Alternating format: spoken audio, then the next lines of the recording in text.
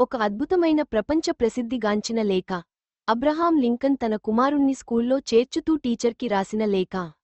ఇది ప్రతి తల్లికి, తండ్రికి, టీచర్కి, విద్యార్థికి చేరాల్సిన లేఖ. మా అబ్బాయి ఇవాళే మొదటిసారి స్కూలుకి వస్తున్నాడు. కొంతకాలం ఇక్కడ అంతా వాడికి వింతగానూ కొత్తగానూ ఉండబోతోంది. అందుకే వాడితో మీరు కొంచెం సున్నితంగా ప్రవర్తిస్తారని ఆశిస్తున్నాను. ఈ సాహసకృత్యం వాణ్ణి సప్తసముద్రాలు దాటి వెళ్లేందుకు సాయపడవచ్చు. ఆ సాహసాల్లో యుద్ధాలు, విషాదాలు, దుఃఖాలు వాడికి అనుభవంలోకి రావచ్చు. అలాంటి జీవితంలో వాడికి నమ్మకం, ప్రేమ, ధైర్యం తోడుగా ఉండవలసిన అవసరం ఎంతైనా ఉంది. అందుచేత దయచేసి మీరు దగ్గరుండి ప్రేమతో వాడు నేర్చుకోవలసినవన్నీ నేర్పిస్తారా? వీలైతే అవన్నీ సున్నితంగా నేర్పగలరా? ఒక మిత్రుడుంటే ఒక శత్రువు కూడా ఉంటాడని నేర్పండి. అందరూ మనుషులు న్యాయంగా ఉండరని, సత్యసంధులు కారని వాడికి తెలియాలి. కాని ఒక దుష్టుడున్న చోట ఒక వీరుడు కూడా ఉంటాడని, జిత్తులమారి రాజకీయ నాయకుడు ఉండే చోటే అంకితభావంతో పనిచేసే నాయకుడు కూడా ఉంటాడని చెప్పండి.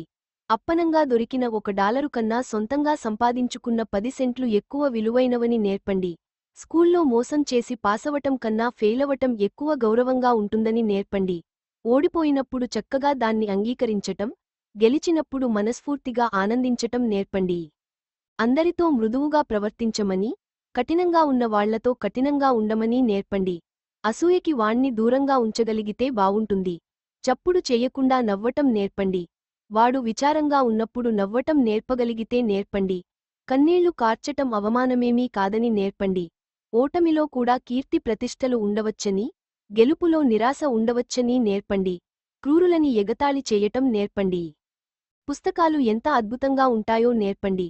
కాని అదే సమయంలో ఆకాశంలో ఎగిరే పక్షుల గూఢమైన రహస్యాల గురించి, ఎండలో జుమ్మనే తేనెటీగల గురించి, పచ్చని కొండలమీద పూసే పువ్వుల గురించి కూడా చెప్పండి.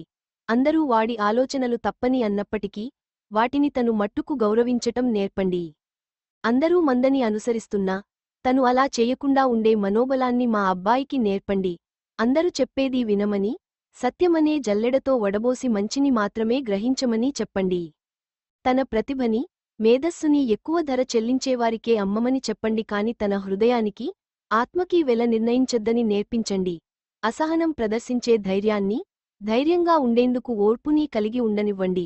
ఉదాత్తమైన ఆత్మవిశ్వాసం ఉండాలని, అప్పుడే మానవాళి మీద దేవుడిమీద వాడికి ఉదాత్తమైన విశ్వాసం ఏర్పడగలదని నేర్పించండి.